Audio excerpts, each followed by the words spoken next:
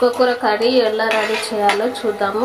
Oil వేసుకున్న తర్వాత అందులో పచ్చిమిర్చి, కరివేపాకు వేసుకోవాలి. ఇందులోనే తరిగిన ఉల్లిపాయలు, సన్నగా తరుక్కున్న ఉల్లిపాయలు వేసుకోవాలి.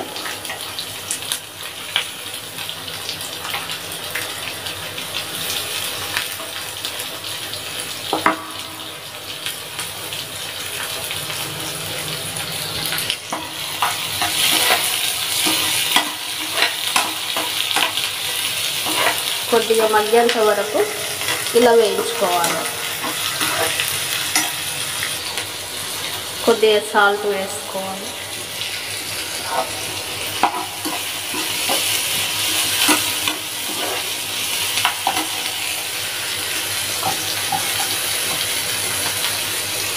కొద్దిగా అల్లం వెల్లుల్లి పేస్ట్ వేసుకోవాలి. ఇది పచ్చివాసన పోయేంత వరకు మనం ఫ్రై చేసుకోవాలి.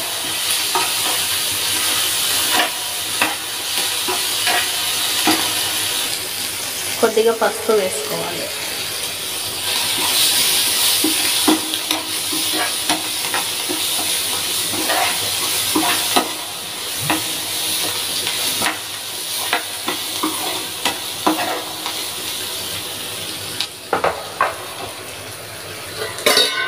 లిడ్ పెట్టుకొని ఒక 2 మినిట్స్ వరకు కుక్ చేసుకోవాలి.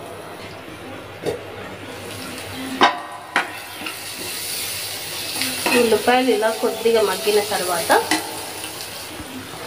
ఇందులో క్లీన్ చేసుకున్న చుక్కకూరను వేయాలి.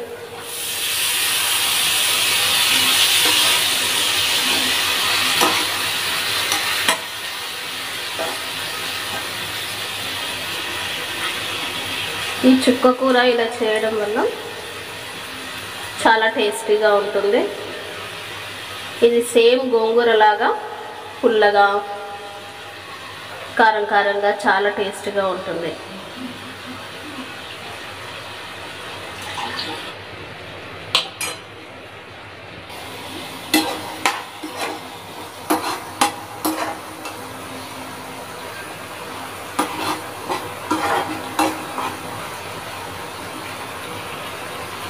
ఇంతేనండి, టేస్టీ చుక్కకూర కర్రీ రెడీ అయింది. మీకు నచ్చినట్లయితే మీరు ఈ కర్రీ రెడీ చేసుకోండి. నా ఛానల్స్ లైక్ చేయండి, సబ్స్క్రైబ్ చేయండి, షేర్ చేయండి. Bye friends.